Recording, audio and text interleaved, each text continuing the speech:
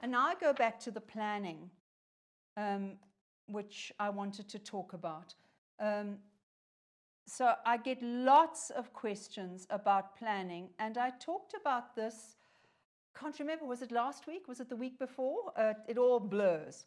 But somebody sent a question about planning and saying that other students write it and plan backwards.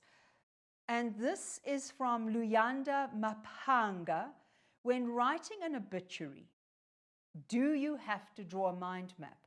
Not a mind map, but you need to plan. Now, I happen to like a mind map. It works for me. I've used it for so many years. So why do you need to plan? You're writing your obituary. You need to look if you are foul or home language, because foul has longer transactional writing and shorter transactional writing, and you need to see which one you're doing. Home language, you just have the longer. So you need to look at the word limit. Don't count the number of words, plan the number of words.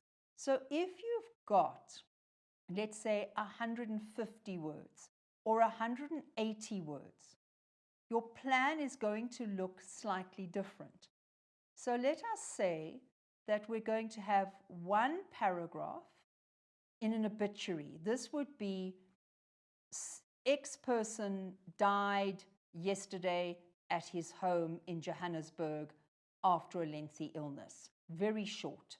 So let's say 10 words. All right, let's give it 15. Then you need to plan your background paragraph.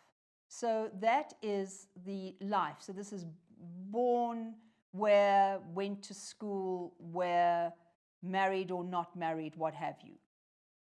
I'm not going to put a word count on it yet. And then you've got your most important paragraph. Oh, I want a different color. Hang on. That's better.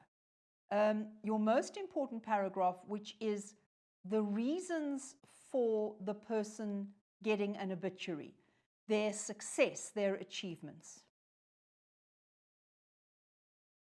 Now, this paragraph really shouldn't be less than 80 words to 100. But look at it. If you've only got 150 words, whoa! All right, so let's work on 150. If we work on 80, then this one is going to go to something like, let's say, 30. So we're already at 110, 120, approximately 130. I've only got, I need another color, I've only got a very short conclusion. Now, what do you put at the end? You put the tribute to the person, and you say that the person is the members of the family that are left behind. So you're going to put that in, and a brief tribute. And you've only got about 20 words.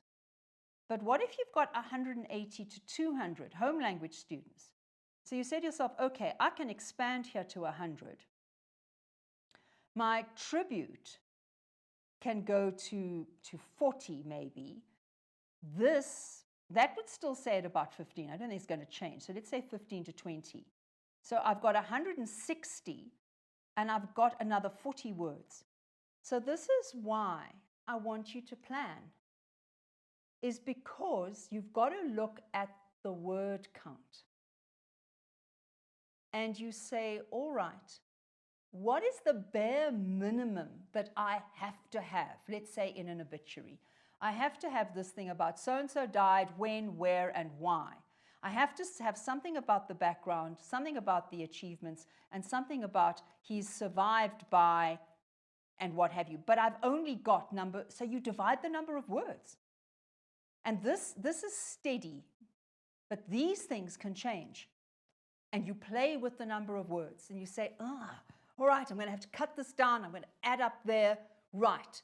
Now you know an approximation of how long this thing is going to be when you start writing it. So we have time to practice before the end of the year. So practice planning an obituary, and what you should get is about 10% on the mind map of what comes out at the end. Practice it. See how it works for you. And look at why I like it. Because the paragraphs are here. I can see them.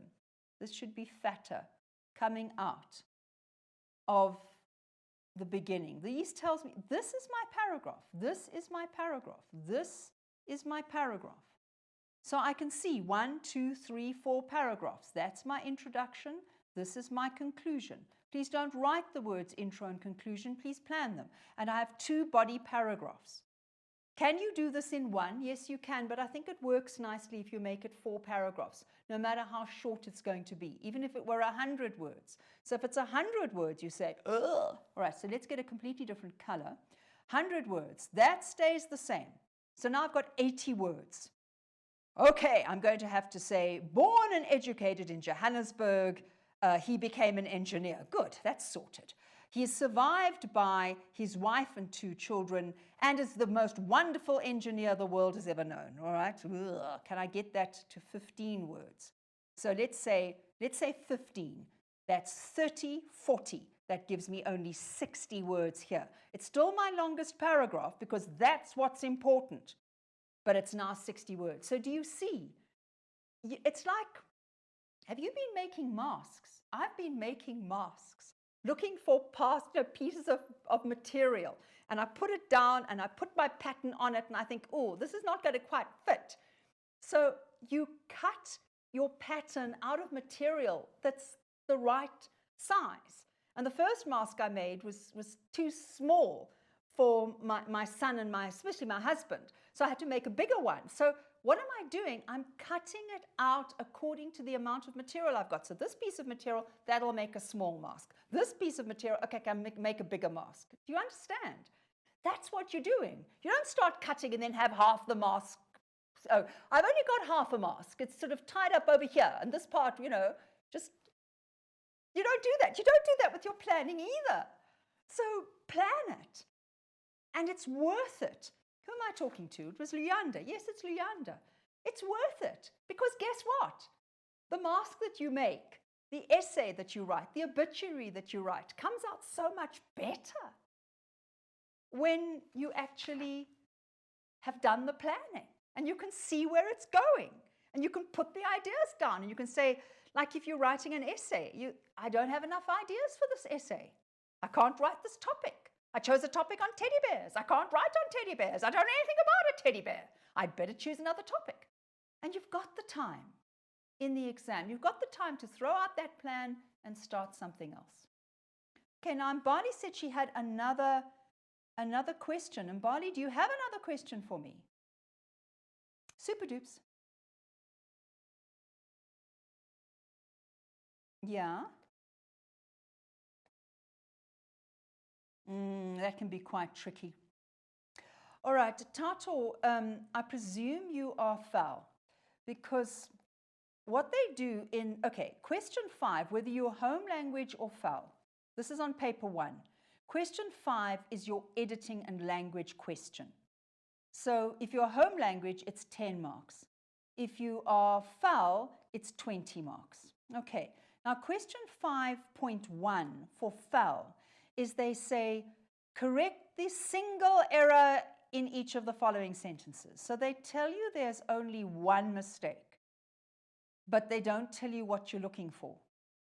So I'm just trying to think, having just said to Ellen, I've seen them before. I was looking at Concord Errors this morning. Can't remember an example of a past paper, but let me show you. If I say, I do remember. Hang on, got it. The cost of computers is going up or are going up. All right, so what they'll do to you, Tato, is they'll actually write R. So they'll write this. The cost of computers are going up. So this will be 5.1.1.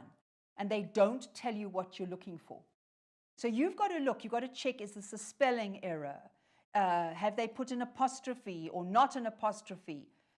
but actually this is a Concord error. All right, so what happens here is you go computers, plural, and so your brain goes are. And Tato will make that mistake in speech, will actually say the cost of computers, oh, they're going through the roof.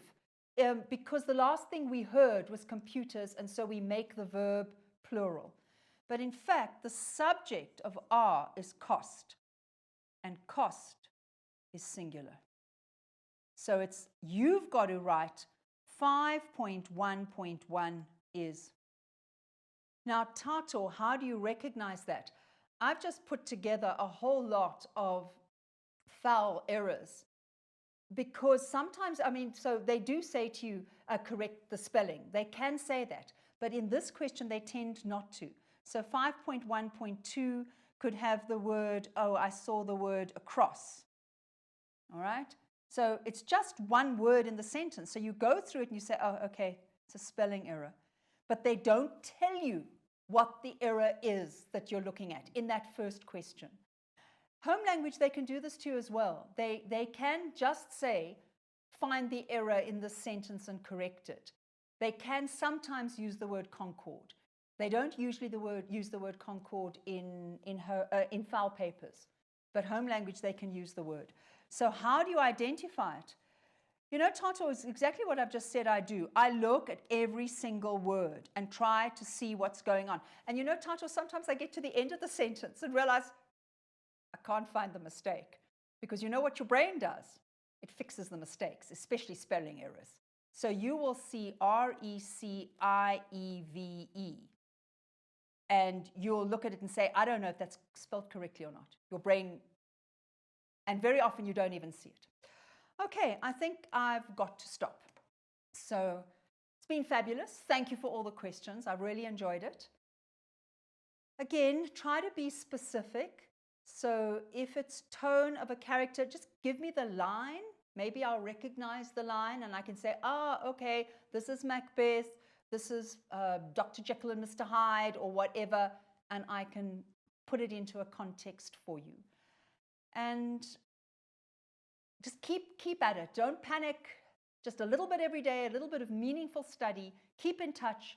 Thank you to Liberty for the opportunity of being able to speak to you all. It really is such a privilege, and I do enjoy it enormously.